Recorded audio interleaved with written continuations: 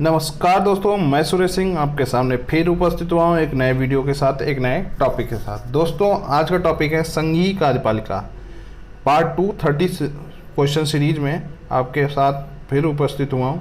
दोस्तों अगर तो चैनल को अभी तक सब्सक्राइब नहीं किए तो सब्सक्राइब कर लीजिएगा, बेल आइकन को जरूर प्रेस कर लीजिएगा और ज़्यादा से ज़्यादा दोस्तों को शेयर करिएगा। वीडियो को अंत तक देखिएगा। वीडियो कैसा लगा कमेंट बॉक्स में ज़रूर बताइएगा। दोस्तों हम उन क्वेश्चनों को लेके आ रहे हैं जो बहुत ही इंपॉर्टेंट हैं और आए हुए क्वेश्चन हैं, उनकी रिवीजन कराते हैं, उनके प्रैक्टिस कराते हैं। दोस्तों इस वीडियो में आप देखेंगे कि हम जो क्वेश्चन आए हुए हैं उनसे रिलेटेड जितने फैक्ट हैं उसको क्लियर करते हैं विद डिटेल्स। ठीक है, तो आप इस वीडियो को ज़्यादा से ज़्यादा लोगों को शेयर करिए जिससे उनको भी वैल्यूएबल कंटेंट मिलता रहे। और अगर वीडियो बहुत अच्छा लग रहा है तो दोस्तों कमेंट बॉक्स में ज़रूर बताइएगा और हाँ लाइक जरूर करिएगा। ठीक है, चलिए फिर स्टार्ट करते हैं, ज़्यादा देर नहीं करते हैं। दोस्तों आज का टॉपिक है संघीय कार्यपालिका पार्ट 2। ठीक है, 31 क्वेश्चन है, 31 क्वेश्चन है। मतलब पहला क्वेश्चन है, एक विधेयक जो संसद में प्रस्तुत किया जाता है कौन सी क्रिया के बाद अधिनियम बन जाता है। ठीक,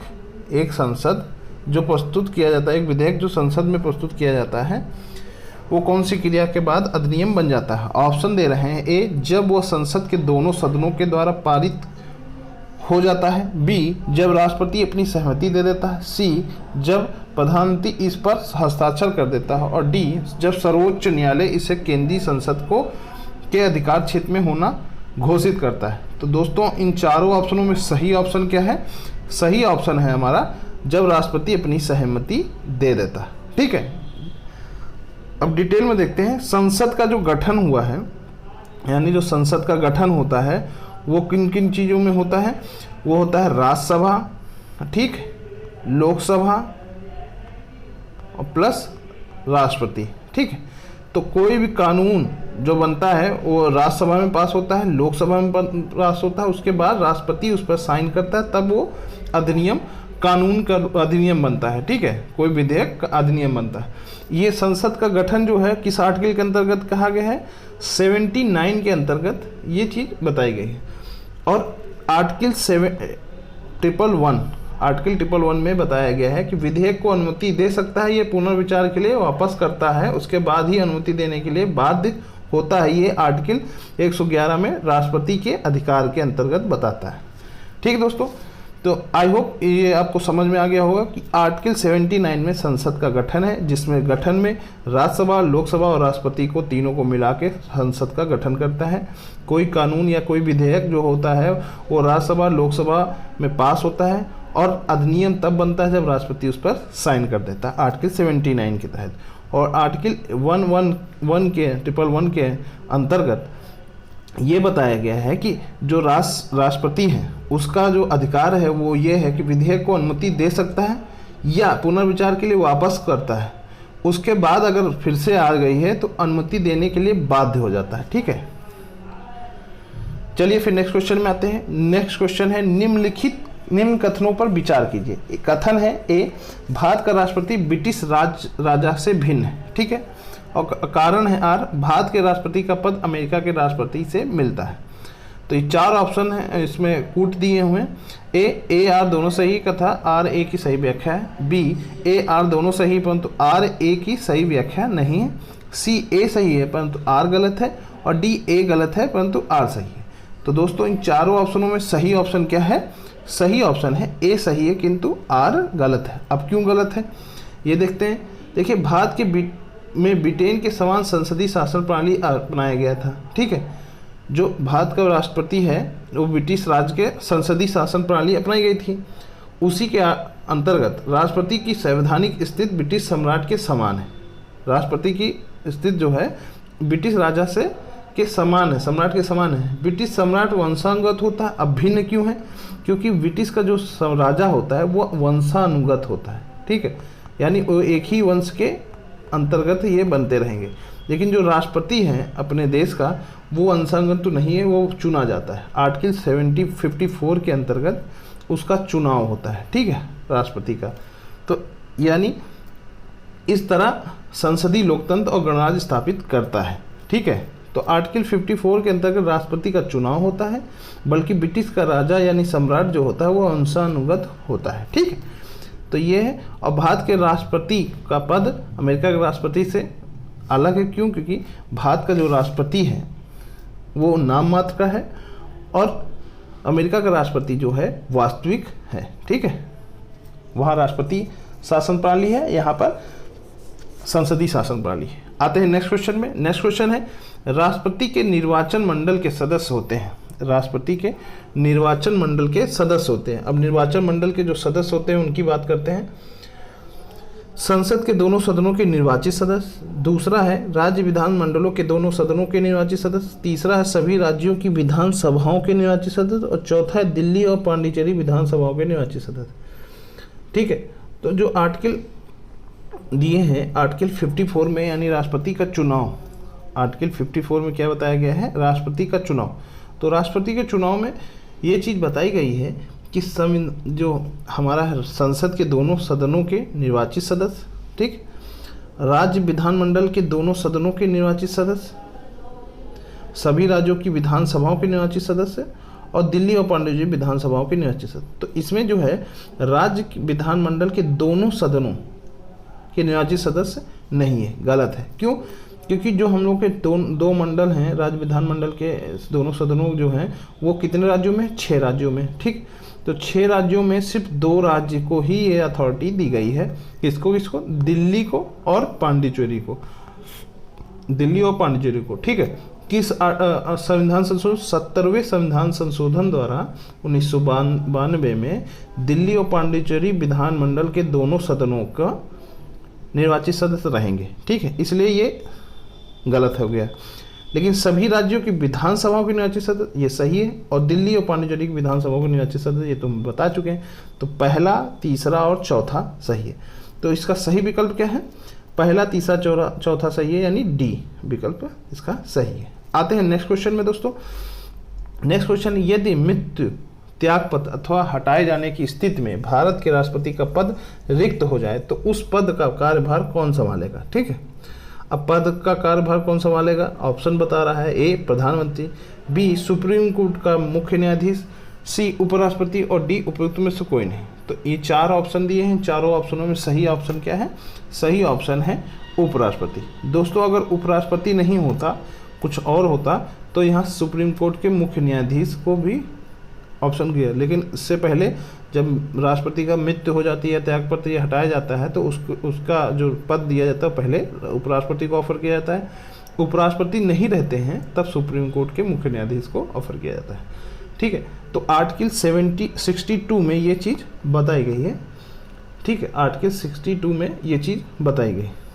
अब ये हमारे देश में हो चुका है। उपराष्ट्रपति जब वीवी गिरी थे तब मुख्य न्यायाधीश एम हिदायतुल्लाह ने 1969 में चुना गया था। क्योंकि वीवी गिरी जो है वो राष्ट्रपति का चुनाव लड़ने के लिए तैयार हो गए थे। ठीक है, तो उपराष्ट्रपति का पद उन्होंने त्याग दिया था। इस वजह से उनको, उनके नीचे जो है एम हिदायतुल्लाह जो मुख्य न्यायाधीश थे, उनको ये ऑफर किया गया था। ठीक, चलिए नेक्स्ट क्वेश्चन पे आते हैं।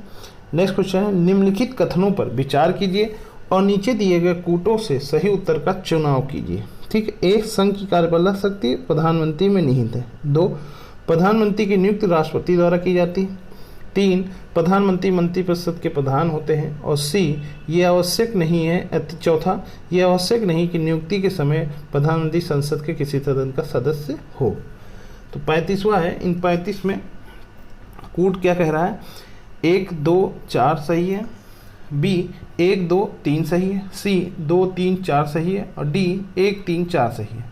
4 ऑप्शन दिए हैं, इन चारों ऑप्शनों में सही विकल्प पूछ रहा है। ठीक है, तो सही विकल्प क्या है ये बताना है। सही विकल्प है हमारा 1, 2, 3, 4 सही है। अब इसको देख लेते हैं डिटेल में। जो राष्ट्रपति का जो होता है, राष्ट्रपति में निहित होती है। संघ की कार्यपालक शक्ति प्रधानमंत्री में नहीं होती, किस में होती है? राष्ट्रपति में होती है। आर्टिकल 53 के अंतर्गत, आर्टिकल 53 के अंतर्गत संघ की कार्यपालक शक्ति किस में निहित होती है? राष्ट्रपति में। ठीक, तो यानी ये पहला वाला गलत है। दूसरा क्या है? प्रधानमंत्री की नियुक्ति राष्ट्रपति द्वारा की जाती है। ये बात सही है। प्रधानमंत्री पीएम की नियुक्ति जो है राष्ट्रपति द्वारा की जाती है आर्टिकल 75A में, 75A में ये किया जाता है, 5A में ये चीज़ की जाती है। अब नेक्स्ट है प्रधानमंत्री मंत्रिपरिषद के प्रधान होते हैं, प्रधानमंत्री मंत्रिपरिषद के प्रधान होते हैं। सेकेंड वाला ये पीएम प्रधानमंत्री के प्रधान पद होता है, ठीक है, प्रधानमंत्री मंत्रिपरिषद के प्रधान होते हैं। ये आर्टिकल 74 में ये चीज़ें बताई गई है, बात सही है। अब नेक्स्ट है ये आवश्यक नहीं कि नियुक्ति के समय प्रधानमंत्री संसद के किसी सदन का सदस्य हो, ये भी बात सही है, लेकिन उसे 6 माह के अंतर्गत किसी न किसी सदन का सदस्य होना पड़ेगा, ठीक है, ये आवश्यक नहीं है, ठीक है। ये किस आर्टिकल में कहा गया है? आर्टिकल 75 में, यानी ये भी बात सही है, लेकिन 6 माह के अंदर उसे किसी न किसी सदन का सदस्य होना पड़ेगा, ठीक है। तो सही विकल्प क्या है? सही विकल्प है हमारा 2, 3, 4। अब आते हैं नेक्स्ट क्वेश्चन में। नेक्स्ट क्वेश्चन है भारत का राष्ट्रपति आपात की घोषणा कर सकता है यदि खतरा है बाहरी आक्रमण का, बी दूसरा आंतरिक अशांति का, सी तीसरा सशस्त्र विद्रोह का, और चौथा सांप्रदायिक संघर्ष का। अधोलिखित कूट से सही उत्तर का चयन कीजिए। ए 1 और 2, बी केवल 2 एवं 3, सी केवल 3 और 4, और डी केवल 1 और 3। तो इन 4 ऑप्शन दिए हैं, इन चारों ऑप्शनों में सही विकल्प क्या है? 1 और 3। 1 और 3 जो है वो सशस्त्र बाहरी आक्रमण का और सशस्त्र विद्रोह का है, ठीक है। भारत का राष्ट्रपति आपात की घोषणा कर सकता है यदि खतरा हो बाहरी आक्रमण और सशस्त्र विद्रोह का। अब ये आर्टिकल किसके हैं? आर्टिकल 352 में है, ठीक है। 352 में क्या कहा गया है कि राष्ट्रीय आपात या बाहरी लगाया जा सकता है किसके अंतर्गत? बाह्य आक्रमण और सशस्त्र विद्रोह में। 44वें संविधान संशोधन 1978 में ये चीज़ ऐड की गई थी, बाहरी आक्रमण और सशस्त्र विद्रोह को, ठीक है। 1 माह में अनुमोदन करना है और 6 माह तक ही लगा सकते हैं। 1 माह के अंदर इसको अनुमोदन करना है, ठीक है, राष्ट्रीय आपातकाल का, और 6 माह तक से ज़्यादा नहीं लगा सकते, ठीक है। एक बार में 6 माह तक ही लगा सकते हैं, ठीक है। अभी तक 3 बार लग चुका है। अभी तक कितनी बार लग चुका है? 3 बार। कब कब? 1962 में जब चीन के साथ भारत का आक्रमण हुआ था। सेकेंड 1971 में पाकिस्तान और भारत के बीच युद्ध हुआ था, और 1975 में आंतरिक अशांति हुई थी कांग्रेस के टाइम पे, ठीक है। तो ये 3 टाइम अभी तक राष्ट्रपति आपात की घोषणा कर चुके हैं। आते हैं नेक्स्ट क्वेश्चन में। नेक्स्ट क्वेश्चन है भारतीय संविधान के किस अनुच्छेद के तहत राष्ट्रपति पर महाभियोग चलाया जा सकता है, ठीक है। ऑप्शन क्या कह रहा है? राष्ट्रपति पर महाभियोग कब चलाया जा सकता है, किस आर्टिकल के अंतर्गत, ये बताना है। तो ए अनुच्छेद 356 द्वारा, बी अनुच्छेद 75 के द्वारा, सी अनुच्छेद 76 के द्वारा, और डी अनुच्छेद 61 के द्वारा।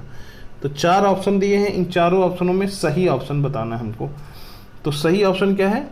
आर्टिकल 61 में के द्वारा ये चीज़ बताई गई है, महाभियोग लगाया सकता है। संविधान का अतिक्रमण अर्धन्यायिक प्रक्रिया किसी भी सदन में प्रस्तुत की जा सकती है।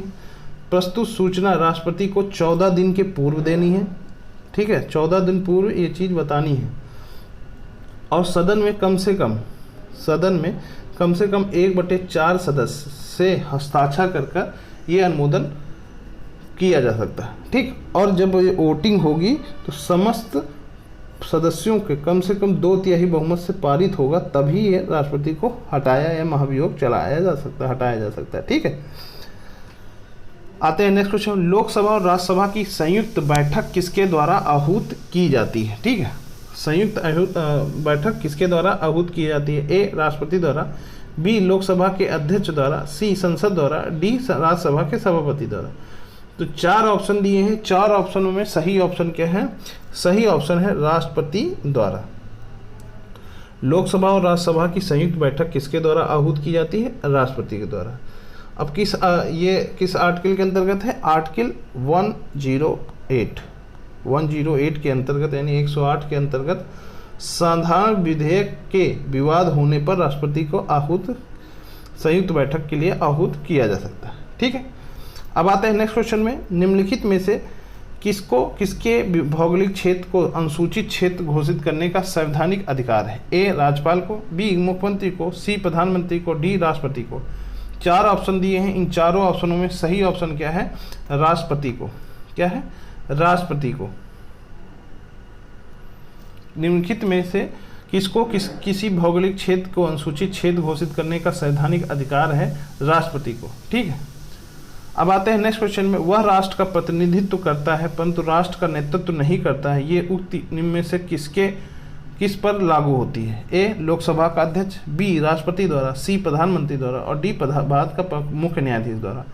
4 ऑप्शन दिए हैं, इन चारों ऑप्शनों में सही ऑप्शन क्या है? सही ऑप्शन है राष्ट्रपति द्वारा। क्या है? वह राष्ट्र प्रतिनिधित्व करता है परंतु राष्ट्र का नेतृत्व नहीं करता, ये उक्ति निम्न किस पर लागू होती है? राष्ट्रपति के द्वारा। ठीक है, अब क्यों होती है? क्योंकि देखिए संविधान में बोला गया है कि राष्ट्रपति राष्ट्र का प्रधान कार्यपालिका का नहीं, शासन का है। ठीक है, मंत्रिपरिषद लोकसभा के प्रति उत्तरदायी होती है, ये बात पता होना चाहिए। नेक्स्ट क्वेश्चन है, अध्यादेशात्मक यानी प्रेसिडेंशियल शासन का उदय सर्वप्रथम किस देश में हुआ था? ठीक है, किस देश में हुआ था? ऑप्शन है यूगोस्लाविया, बी मिस्र, सी स्विट्जरलैंड और डी संयुक्त राज्य अमेरिका। तो सही विकल्प क्या है? सही विकल्प है हमारा संयुक्त राज्य अमेरिका। ठीक है, संयुक्त राज्य अमेरिका में सबसे पहले प्रेसिडेंशियल शासन का उदय हुआ था सर्वप्रथम। ठीक है, आते हैं नेक्स्ट क्वेश्चन। श्रीमती प्रतिभा पाटिल का भारतीय गणतंत्र के राष्ट्रपति के रूप में क्रम क्या है? अब क्रम क्या है ये हम लोगों को बताना है। तो 10वां, बी 11वां, सी 12वां, डी 13वां। तो सही विकल्प क्या है? सही विकल्प है 13वां। देखिए ये तो उस समय करंट अफेयर के रूप में क्वेश्चन आया होगा, 2008 की बात बता रहा हूँ, लेकिन ये क्रम आपको याद होना चाहिए, व्यक्ति के रूप में और क्रम के रूप में, दोनों क्रम के रूप में ये चीज़ें याद होनी चाहिए। अभी क्या है? 13वें रूप में प्रतिभा पाटिल हुई थी, 14वें रूप में प्रणब मुखर्जी हुए थे। ठीक है, 15वें के रूप में क्या हुआ था? रामनाथ कोविंद हुए थे। ठीक है, रामनाथ कोविंद जो है व्यक्ति के 15वें रूप में रामनाथ कोविंद थे। लेकिन अगर क्रम से पूछा जाए तो 16वें नंबर के व्यक्ति हैं ये रामनाथ कोविंद। ठीक है, व्यक्ति के रूप में 15वें के रूप में और क्रम के 16वें। ठीक है, क्यों? क्योंकि राजेंद्र प्रसाद 2 बार राष्ट्रपति बने थे। आते हैं नेक्स्ट क्वेश्चन में। संसद के लिए राष्ट्रपति का अभिभाषण कौन तैयार करता है? ए स्वयं राष्ट्रपति, बी लोकसभा अध्यक्ष, सी राज्यसभा के सभापति, डी केंद्रीय मंत्रिमंडल। तो इन चारों ऑप्शनों में सही ऑप्शन क्या है? सही ऑप्शन है हमारा केंद्रीय मंत्रिमंडल। ठीक है, क्यों? अब इसको हम अभी डिटेल में बताते हैं। केंद्रीय मंत्रिमंडल जो है संसद के लिए राष्ट्रपति के अभिभाषण तैयार करता है। आर्टिकल 74 में ये बताया गया है कि जो मंत्रिपरिषद होगी वो क्या होगी? वो राष्ट्रपति की सहायता और सलाह करने के लिए बनाई जाएगी। ठीक है, जो मंत्रिमंडल यानी जो मंत्रिपरिषद बनाई जाएगी वो क्या है? राष्ट्रपति की सहायता और सलाह देने के लिए बनाई जाएगी। तो इसलिए जो संसद के राष्ट्रपति का अभिभाषण कौन तैयार करेगा? केंद्रीय मंत्रिमंडल, आर्टिकल 74 के अंतर्गत। ठीक है, आते हैं नेक्स्ट क्वेश्चन। नेक्स्ट क्वेश्चन है, संविधान के किस अनुच्छेद के अंतर्गत राष्ट्रपति संघीय मंत्रिपरिषद की सलाह मानने के लिए बाध्य है? संविधान के किस अनुच्छेद के अंतर्गत राष्ट्रपति संघीय मंत्रिपरिषद की सलाह मानने के लिए बाध्य है? ए अनुच्छेद 74, बी अनुच्छेद 84, सी अनुच्छेद 86 और डी अनुच्छेद 101 यानी 101 में। तो इन 4 ऑप्शन दिए हैं, इन चारों ऑप्शनों में सही विकल्प क्या है? 74। क्या है? 74। आर्टिकल 74 में क्या बताया गया है कि संघीय मंत्रिपरिषद सलाह देने के लिए बाध्य, मानने के लिए बाध्य रहेगा कौन? राष्ट्रपति। ये एक विकल्प दिया नहीं है, ये बाध्य है। और ये आर्टिकल 74 में ये बताया गया है कि राष्ट्रपति की सहायता और सलाह देने के लिए संघीय मंत्रिपरिषद का गठन किया जाएगा, जिसके द्वारा सलाह दी जाने पर राष्ट्रपति को बाध्य होना पड़ेगा, मतलब मानने के लिए बाध्य होना पड़ेगा। ठीक है, आते हैं नेक्स्ट क्वेश्चन में। राष्ट्रपति के लोकसभा में किन 2 सदस्यों को मनोनीत करने का अधिकार है? राष्ट्रपति को लोकसभा में किन 2 सदस्यों को मनोनीत करने का अधिकार है? ए अल्पसंख्यक का, बी एग्लो इंडियन का, सी विशिष्ट क्षेत्र के व्यक्ति का, डी राष्ट्रपति की इच्छा पर निर्भर।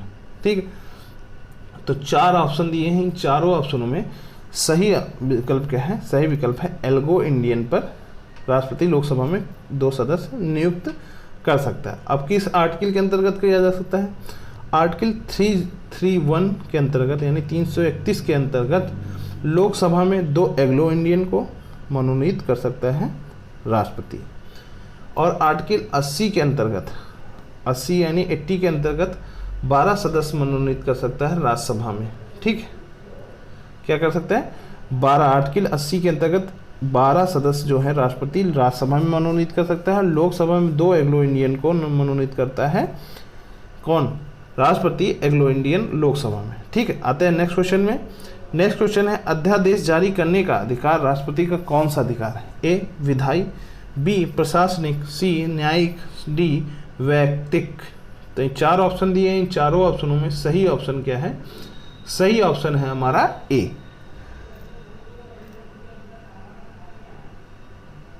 क्या है? ए विधायी। अध्यादेश जारी करने का अधिकार राष्ट्रपति का कौन सा अधिकार है? विधायी। और अध्यादेश किस आर्टिकल के अंतर्गत लाया जाता है? 1, 1, 2, 3। अध्यादेश जारी करने की शक्ति किस आर्टिकल के अंतर्गत है? 123 के अंतर्गत। ठीक है, जो 123 के अंतर्गत राष्ट्रपति अध्यादेश जारी करेगा वो कब तक रहेगा? 6 सप्ताह तक। 6 सप्ताह तक वो एक उसमें रहेगा अध्यादेश के रूप में। उसके बाद अगर संसद में पास हो जाता है तो वो कानून बन जाएगा, अधिनियम बन जाएगा, नहीं तो वो निरस्त हो जाएगा। ठीक है, अब आते हैं नेक्स्ट क्वेश्चन में। भारत के राष्ट्रपति के पास कौन कौन सी वीटो शक्तियाँ हैं? ए पूर्ण वीटो, बी पॉकेट वीटो, सी निलंबित वीटो और डी उपरोक्त सभी। तो 4 ऑप्शन दिए हैं। चारों ऑप्शनों में सही विकल्प क्या है? उपरोक्त सभी। यानी राष्ट्रपति के पास कौन सी शक्तियाँ हैं? पूर्ण वीटो, पॉकेट वीटो और निलंबित वीटो। ठीक, अब हम जानते हैं कि इसके बारे में कि आर्टिकल 111 में, आर्टिकल 111 में बताया गया है कि विधेयक राष्ट्रपति दिया जाता है। ठीक है, विधेयक जो है राष्ट्रपति को दिया जाता है और राष्ट्रपति उन 3 विकल्पों के माध्यम से 4 वीटो शक्ति दी गई हैं। ठीक है, पहला क्या है? स्वीकृत, यानी पूर्ण रूप से वीटो है, स्वीकृति कर सकता है। ठीक है, सेकंड है आपका स्वीकृत के लिए सुरक्षित रख सकता है, यानी पॉकेट वीटो। बी में क्या है? कोई भी विधेयक है उसको अपने पॉकेट में रख सकता है, सुरक्षित रख सकता है निर्णय देने के लिए। ठीक है, निलंबित वीटो यानी अत्यंतिक वीटो, विधेयक पर अपनी राय सुरक्षित करना। ठीक, संसद को पुनर्विचार के लिए भेजना, ये क्या होता है? विधेयक को संसद को पुनर्विचार के लिए वापस करना, ये निलंबकारी वीटो होता है।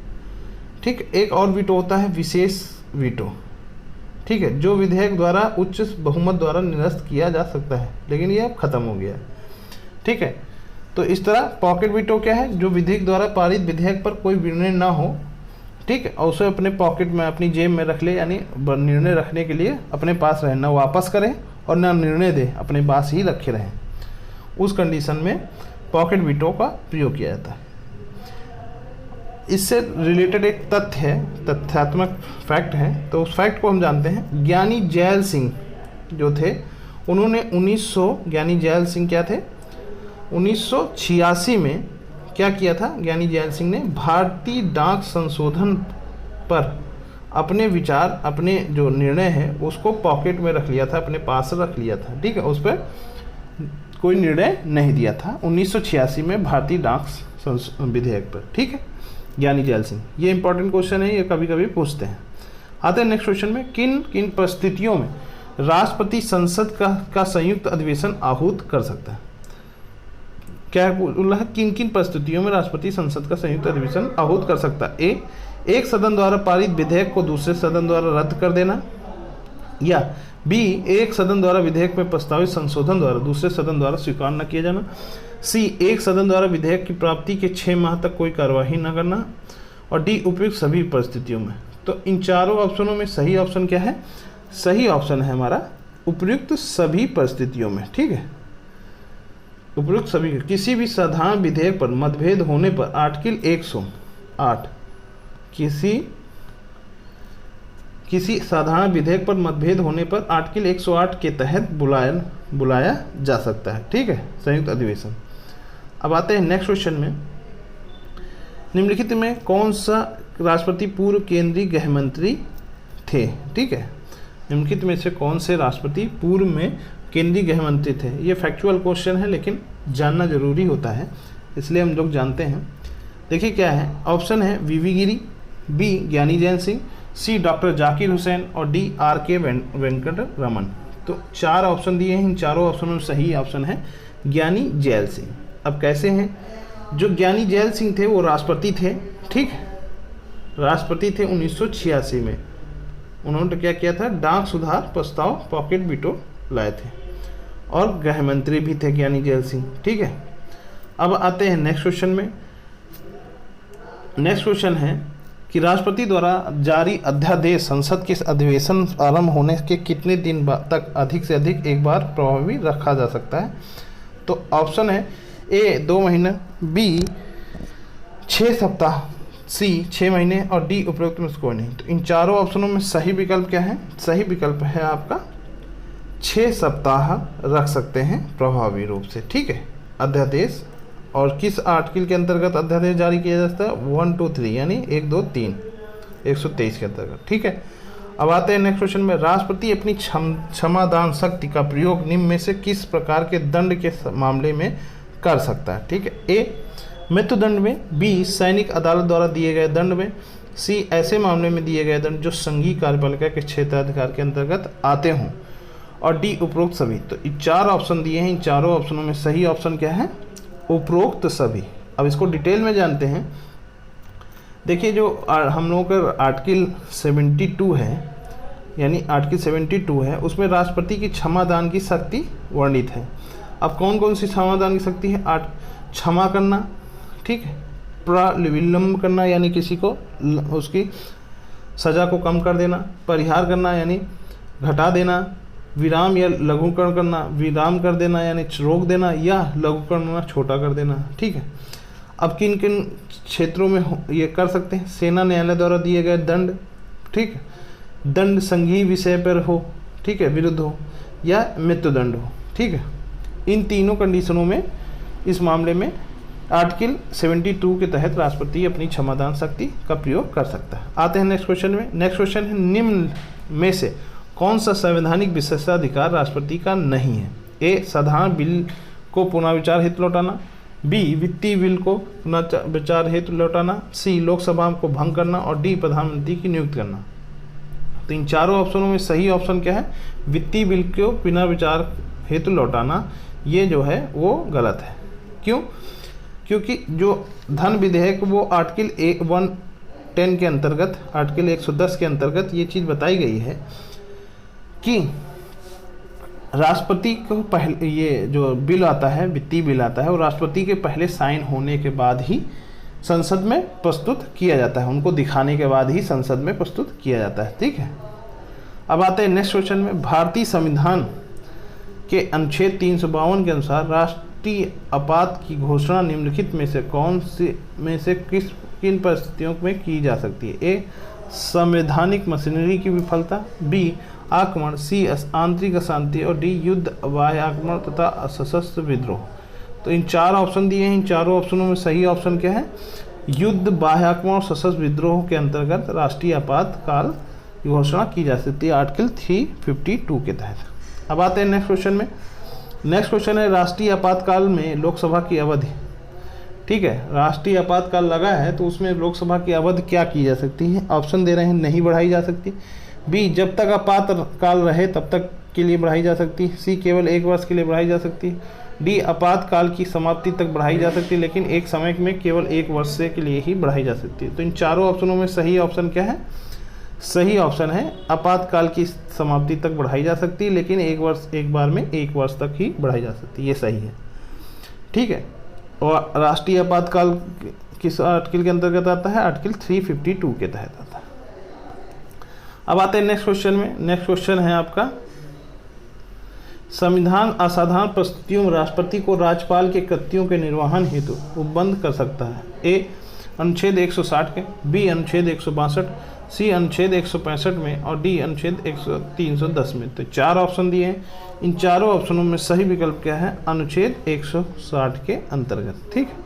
संविधान असाधारण परिस्थितियों में राष्ट्रपति को राज्यपाल के कृत्यों के निर्वहन हेतु उपबंध कर सकता है आर्टिकल 160 के अंतर्गत, ठीक है। अब आर्टिकल 160 के अंतर्गत ये चीज़ हो सकती है। आते हैं नेक्स्ट क्वेश्चन में। नेक्स्ट क्वेश्चन क्या है, कौन सा कथन असत्य है। ए, राष्ट्रपति पद के लिए प्रत्याशी की आयु कम से कम 35 वर्ष होनी चाहिए। बी, उपराष्ट्रपति राज्यसभा का सभापति बनता है। सी, उपराष्ट्रपति का चुनाव भारत का राष्ट्रपति करता है। और डी, भारत के प्रथम राष्ट्रपति डॉक्टर राजेंद्र प्रसाद थे। तो असत्य बोल रहा है। तो इन चारों ऑप्शनों में सही ऑप्शन क्या है? सही ऑप्शन है उपराष्ट्रपति का चुनाव भारत का राष्ट्रपति करता है। ये गलत है। उपराष्ट्रपति कौन होता है? उपराष्ट्रपति होता है राज्यसभा का सभापति, ठीक। और राज्यसभा के सभापति को कौन चुनता है? राज्यसभा का सदस्य चुनते हैं, ठीक है। आते हैं नेक्स्ट क्वेश्चन में। नेक्स्ट क्वेश्चन है, राष्ट्रपति लोकसभा को कब भंग कर सकता है? राष्ट्रपति लोकसभा को कब भंग कर सकता है? ए, भारत के प्रधान न्यायाधीश की अनुशंसा पर। बी, लोकसभा की अनुशंसा पर।